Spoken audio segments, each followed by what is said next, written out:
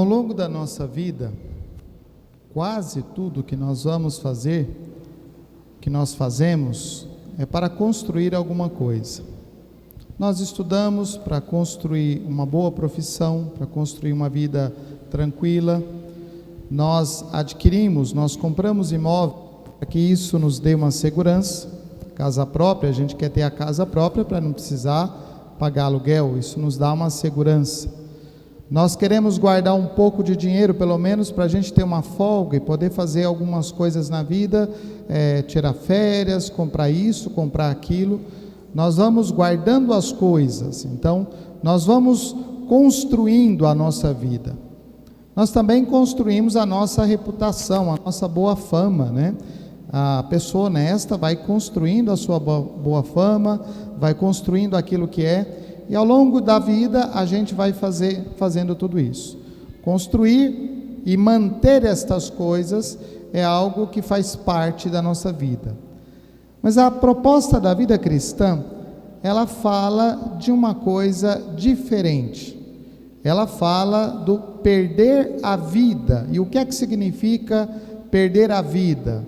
Não é tirar a nossa vida física, mas é gastar a nossa existência fazendo aquilo que é a vontade de Deus, vivendo de acordo com a vontade de Deus.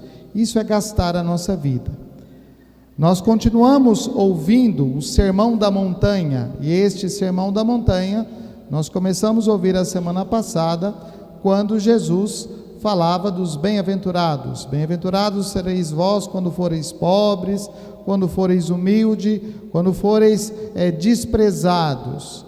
E são palavras muito duras, porque a pobreza não é uma coisa que nos atraia, mas não é aquela pobreza dos bens materiais simplesmente, não é essa pobreza das coisas materiais, mas é uma pobreza de si mesmo, é não colocar a nossa confiança única e absolutamente em nós mesmos, dizendo que nós somos capazes de realizar todas as coisas e nós não precisamos de Deus.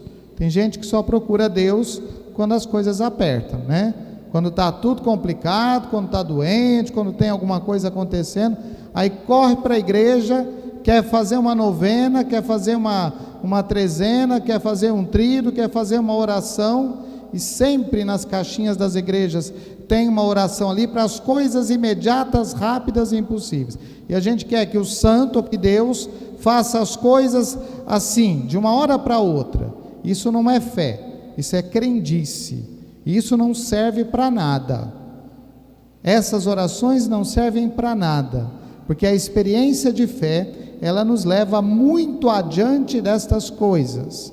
A pessoa de fé, quando experimenta o sofrimento, ela não se desespera, ela não perde a sua esperança, mas ao contrário, ela contempla naquela situação a presença de Deus, e ao contemplar esta presença de Deus, ela se fortalece para enfrentar o sofrimento. Se a cura vem ou não vem, não interessa muito. O que interessa é saber que a fé permanece, e é esta fé que sustenta a pessoa. Por isso Jesus fala dos bem-aventurados, e quando nós olhamos para aquela lista dos bem-aventurados, a gente se pergunta, mas que bem-aventurado é esse? Né? E ele termina dizendo, bendito vocês serão quando vos perseguirem por causa do meu nome. Se nós não estamos dispostos a gastar a nossa vida e a testemunhar com a nossa vida a força do amor de Deus, a fé cristã não serve para nós. Tem muitas outras propostas por aí, tem muitas outras propostas de fé, tem muitas outras até igrejas por aí, que oferecem caminhos mais simples e caminhos mais fáceis. E pode procurar que não tem problema nenhum, né?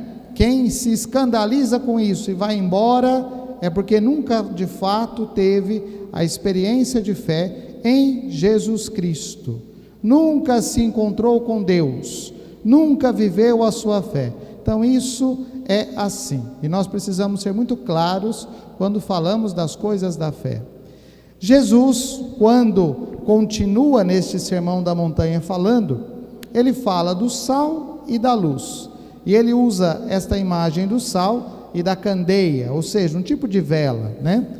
Como é que nós utilizamos o sal? Nós pegamos o sal do saleiro que está lá na cozinha ou de algum outro lugar e colocamos na comida, mas o sal desaparece. O sal se mistura com o alimento.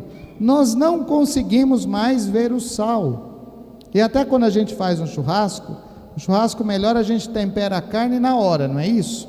E a gente joga o sal por cima. Só que na hora que a gente vai comer, o que a gente faz?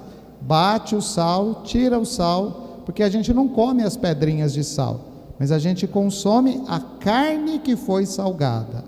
Nós consumimos aquela carne que foi temperada, e assim é o sal. O sal se dissolve, o sal se mistura com o alimento, e aquela mistura dá sabor. Aquela mistura passa a ter um gosto, nós apreciamos. O sal não pode ser demais também, ele tem que ser na quantidade justa. A vida do cristão, ela precisa ser isso, uma vida que se mistura com a realidade do mundo, mas que não se contamina com a realidade do mundo. E aqui nós precisamos fazer uma grande diferença sobre isso. O cristão, ele está no mundo, o cristão se mistura com a realidade do mundo, mas ele não se contamina com os pecados do mundo, porque aí esse sal se torna insosso, ou seja, sem sabor. Quando nós cristãos fazemos todas as coisas erradas que todo mundo faz, e nós achamos que isso está certo, porque todo mundo faz assim, aí está o problema.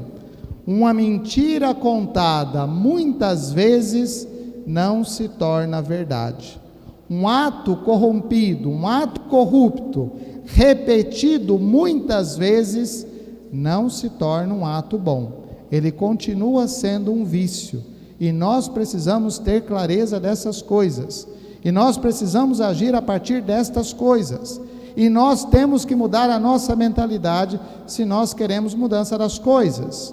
Porque senão, a corrupção que está lá fora no mundo, ela entra dentro de nós e nós passamos a justificar tudo, dizendo assim: ah, mas todo mundo faz desse jeito. Todo mundo rouba um pouquinho. Todo mundo desvia um pouquinho.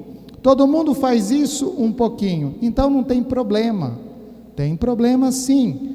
Porque o cristão é chamado a ser sal, é chamado a ser alguma coisa que dá sabor, e dando sabor, ele muda a realidade à sua volta. A mesma coisa é a imagem da vela ou da candeia que Jesus usa. Ele diz: não se acende uma candeia, uma vela, para se colocar debaixo da mesa, ela não serve para nada, porque ela não vai iluminar. Mas as candeias, as velas, nós colocamos num lugar que pode iluminar. Mas a vela, à medida que ela vai queimando, à medida que ela ilumina, ela vai se consumindo. Mais uma vez, a imagem da vida do cristão que se consome. Ou nós temos a disposição para consumir a nossa vida na vontade de Deus, ou nada. Ou nós queremos de fato ser cristãos, ou nada. Não existe um meio termo, não existe um meio cristão. Ou nós somos cristãos, nós assumimos a fé cristã e testemunhamos isso pelas palavras e pelas atitudes, ou não serve. Ou não serve. Porque aí a gente fica com um verniz de cristianismo. Parece que todo mundo é cristão. De vez em quando a gente dá uma demão desse verniz. Ah, eu fui à igreja, dei uma demão de verniz na minha fé. Isso não serve. Isso não serve. Ou nós assumimos de fato aquilo que nós somos e nós testemunhamos esta fé, ou então tudo não passa de uma grande representação. É um sal insosso, é uma vela escondida. E não é isso que a fé nos chama. Jesus nos convida a assumir a condição de cristãos e a testemunhar a nossa fé. Louvado seja nosso Senhor Jesus Cristo.